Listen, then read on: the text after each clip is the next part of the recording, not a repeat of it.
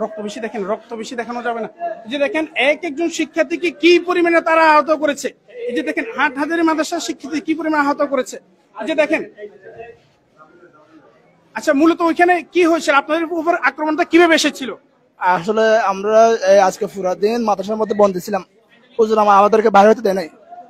এই আমাদেরকে মসজিদের সময়, মসজিদে আমরা ছিলাম, আমরা আমাদের রুম ছিল মসজিদে, ওখানে আমরা ওরা যাওয়ার সময় আমাদেরকে এরকম কুস্তির ভাষায় মানে আঙ্গুল দেখাচ্ছে, তারপরে অনেক রকম ওরা কি অঙ্গভঙ্গি দেখাচ্ছে আমাদেরকে, যা আমাদের মধ্যে কি নামাজ কালীন ওরা কি যাওয়ার সময় ডিজে বাজাচ্ছে, ওরা গান বাজাচ্ছে, তো ওগুলো আমাদের সহ্য হয় নাই।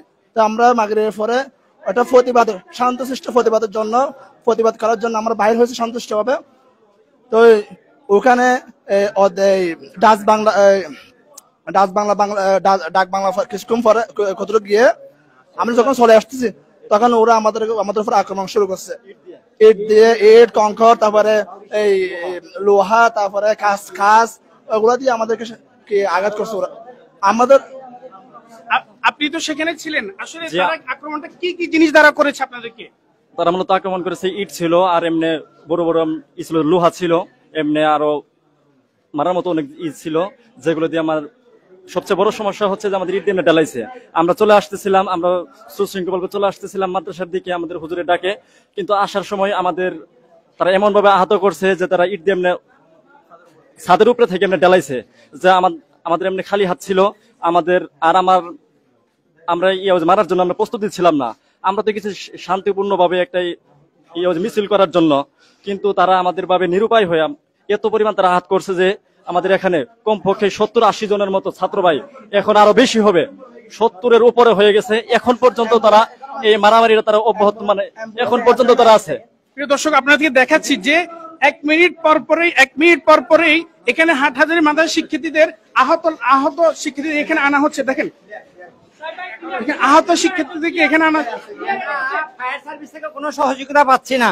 এই মুহূর্তে আমি ফায়ার সার্ভিসের কাছে ফোন করছি, আকুল আবেদন জানাইছি যে আমাদেরকে একটা অ্যাম্বুলেন্স দেওয়া হোক। ওরা বলতেছে যে আমাদের কোনো গাড়ি নাই, যে গাড়িগুলো আছে এগুলো কি নষ্ট হয়ে পড়ে থাকছে।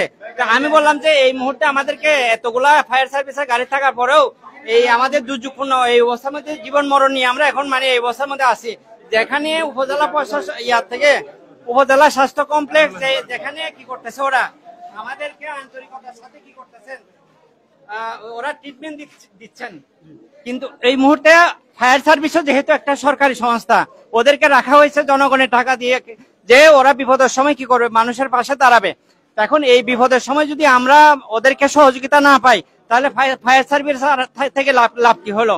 তা আমি এই ব্যাপারটা যারা লাইভ দেখতেছেন বা এই ভিডিও দেখতেছেন, আমি ঊর্ধ্বতন প্রশাসন ফায়ার সার্ভিসের তাদের কাছে আকুল আবেদন জানাবো। হাটহাজারী ফায়ার সার্ভিসের যে দায়িত্বশীলরা আছে, এই মুহূর্তে আমি মনে করতেছি ওরা একটা পক্ষকে নিয়ে কি করতেছে, পক্ষপাতিত্ব করতেছে। আমি আকুল আবেদন জানাবো তাদের বিরুদ্ধে কি করা হোক, অ্যাকশন নেওয়া হোক। কারণ আমাদের মাদ্রাসার শত শত ছাত্র এই মুহূর্তে হাটহাজারী সরকারি স্বাস্থ্য কমপ্লেক্সে, এরা মানে অনেকেই মৃত্যুর মতো, মানে কি মৃত্যু সংকটাপন্ন অবস্থা, অনেকেই মেজোতে ফ্লুরা আপনারা দেখেছেন পড়ে আছে।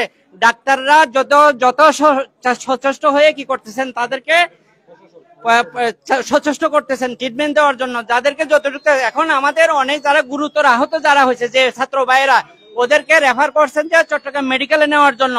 এখন চট্টগ্রাম মেডিকেলে আমরা নেওয়ার জন্য কোনো গাড়ি পাচ্ছি না, তে আমরা কি হয়ে নিরুপায় হয়ে ফায়ার সার্ভিসের কাছে ফোন করছি। আমি নিজে কিছুক্ষণ আগে ফোন করছি, ওরা বারবার বলতেছে যে আমাদের কাছে কোনো গাড়ি নাই।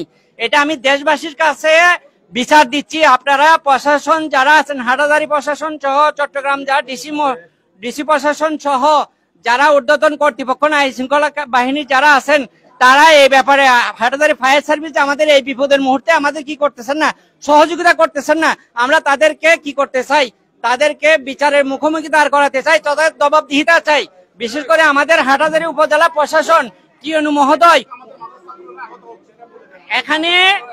এখানে আমাদের মাদ্রাসার শতাধিক ছেলেদেরকে কি করেছে, দুষ্কৃতকারীরা কি করেছেন, আহত করেছেন। অনেকের অবস্থা খুবই গুরুতর, অনেকের ব্লাডিং হচ্ছে, অনেকে কি করেছেন ছুরি দিয়ে কূপ দিয়েছেন এবং পাথর দিয়ে মাথায় আঘাত করেছেন। এরকম হাজার হাজার ছেলে প্রায় 15-20 জনের মতো এই মুহূর্তে আমাদের ইমিডিয়েটলি কি করতে হচ্ছে, চট্টগ্রাম মেডিকেলে ডাক্তাররা রেফার করছেন। এখন আমরা নিরুপায়, একটা ছেলে যদি মারা যায় এর দায়িত্ব কে নিবে? আমরা চাই এই ফায়ার সার্ভিসের সুষ্ঠু তদন্ত করে তাদের দায়ীদের বিরুদ্ধে কি করানো হোক, ব্যবস্থা করা হোক, এটাই আমাদের আকুল আবেদন।